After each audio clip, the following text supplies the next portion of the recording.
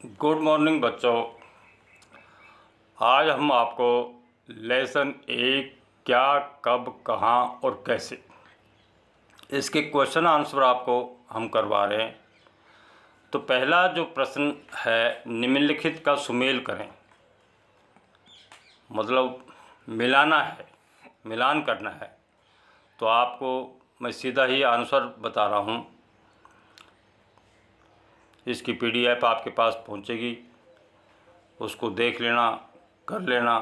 तो सीधा ही मैं आपको बताता हूँ। जैसे नर्मदा घाटी है, इसका सही जो मेल है शिकार तथा संग्रहण करना। ठीक है। दूसरा है बच्चों मगध, पहला बड़ा राज्य है मगध। आगे है गारो पहाड़ियाँ, जो कि आसाम में है बच्चों। आरंभिक कृषि वहाँ से हुई थी, गारो पहाड़ियों के पास। सिंधु तथा इसकी सहायक नदियाँ, यहाँ पर प्रथम नगर स्थापित हुआ था। सिंधु एक बड़ी नदी है, अब वो पाकिस्तान में बहती हुई अरब सागर में गिर जाती है। आपको पता है, पहले भी मैंने बताया था। और जबकि ये जो नदी है, इसमें 5 नदियाँ और मिलती हैं, रावी, व्यास, चुनाव, झेलम और सतलुज। ये 5 नदियाँ सिंधु नदी में मिल जाती हैं और ये सिंधु नदी बन जाती है पूरी और अरब सागर में गिरती है।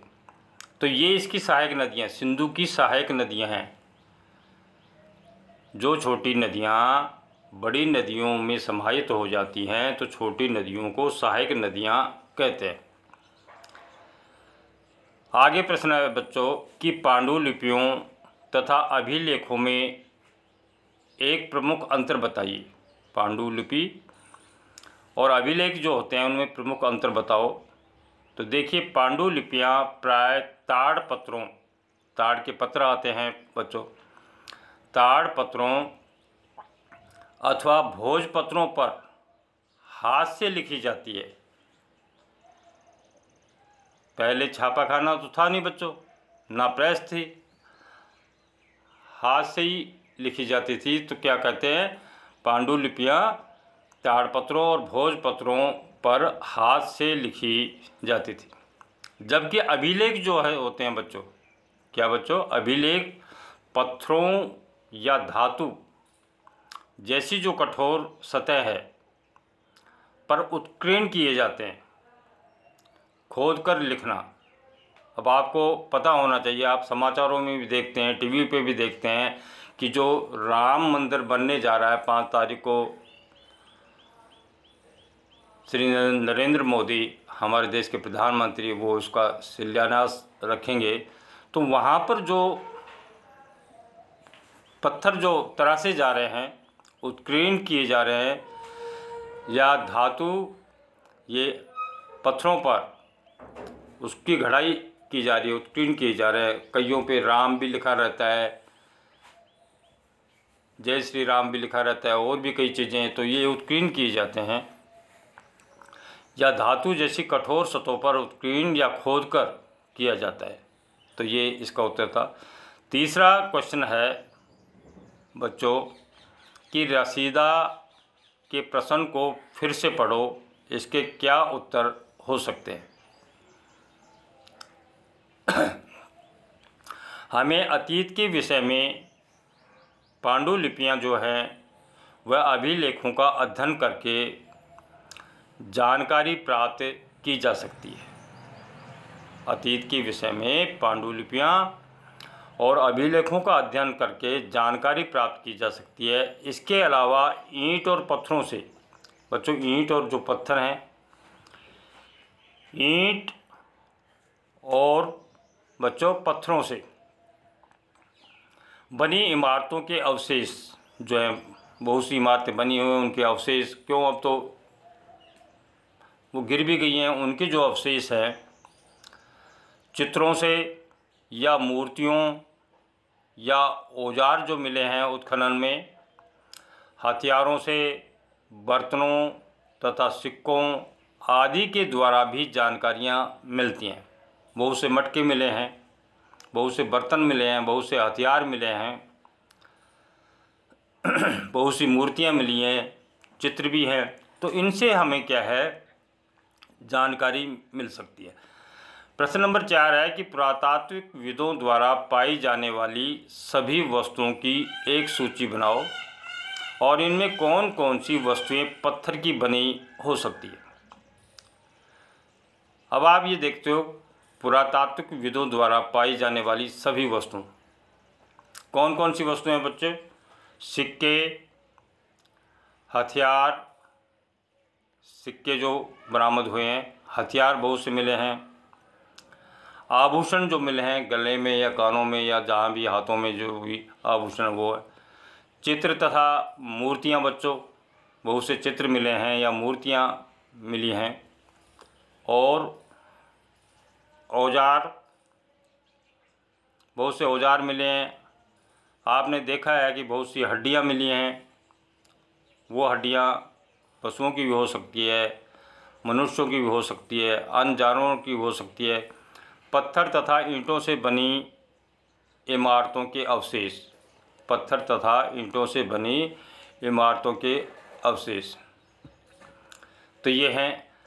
आगे है, पत्थर से बनी वस्तुएं कौन कौन सी हैं?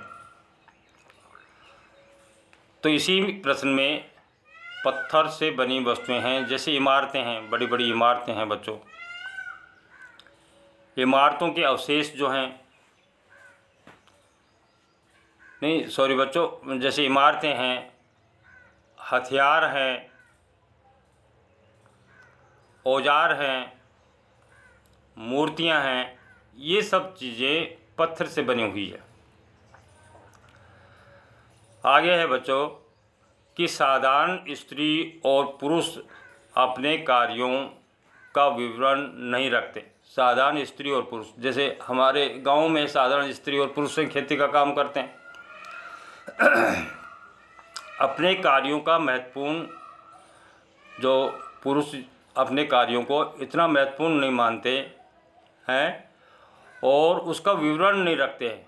इसके निम्नलिखित कारण हो सकते हैं। नंबर 1 बच्चों, साधारण स्त्री और पुरुष, साधारण स्त्री और पुरुष अपने कार्यों को इतना महत्वपूर्ण नहीं मानते हैं। जो कार्य वो करते हैं, डेली करते हैं, रोज़ाना करते हैं, उनको इतना महत्वपूर्ण नहीं मानते हैं। वो एक दिनचर्या का हिस्सा मानते हैं बच्चों कि ये काम तो हमें रोज़ करना है, तो इसको महत्वपूर्ण नहीं मानते होंगे। उनका विवरण तैयार किया जाए, उनका विवरण तैयार किया जाए। दूसरा है, यह भी संभव है कि वे पढ़े लिखे भी न हों, ये भी संभव है कि ये पढ़े लिखे न हों। तीसरा है, यह भी संभव है कि वे गरीब हों, ये भी संभव हो सकता है कि वो गरीब हों। और उत्कीर्ण करवाने का कार्य खर्चीला हो। जो चीज़ उत्कीर्ण की जाती है, जैसे पत्थरों पर उत्कीर्ण की जाती है, कठोर वस्तु धातु पर उत्कीर्ण की जाती है, तो वो कार्य बच्चों क्या हो सकता है, वो खर्चीला होता है। तो उसका ये भी कारण हो सकता है। आगे है बच्चों कि लास्ट प्रश्न है 6, राजाओं और किसानों के जीवन में भिन्नता का उल्लेख करें। राजा हैं और किसान हैं, उनके जीवन में भिन्नता का उल्लेख करें। नंबर 1 है, राजाओं का जीवन वैभव और ऐश्वर्य से परिपूर्ण होता था। आप ये जानते हो, राजा जो लोग होते थे उनका जो जीवन होता था वो क्या है, जीवन वैभव और ऐश्वर्य परिपूर्ण होता था, ऐशो आराम करते थे। किसानों का जीवन कष्टों भरा होता था। किसान जो होते थे, कष्ट भरा जीवन होता था। खेती का काम करना, और खेती से जो पैदा होता था वो राजाओं के वहाँ भेजना, उसका कोई पैसा नहीं मिलता था, ज़्यादा टैक्स लगा दिया जाता था, तो कष्ट भरा होता था। आगे है कि नंबर 2, राजा अपनी विजयों का लेखा जोखा रखते थे।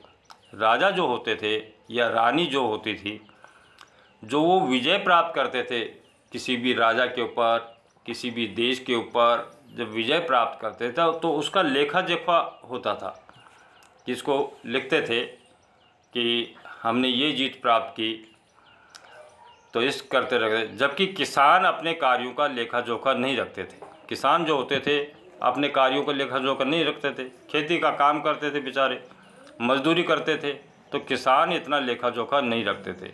तो बच्चों आज के इसमें क्वेश्चन आंसर में इतना ही। थैंक यू बच्चों।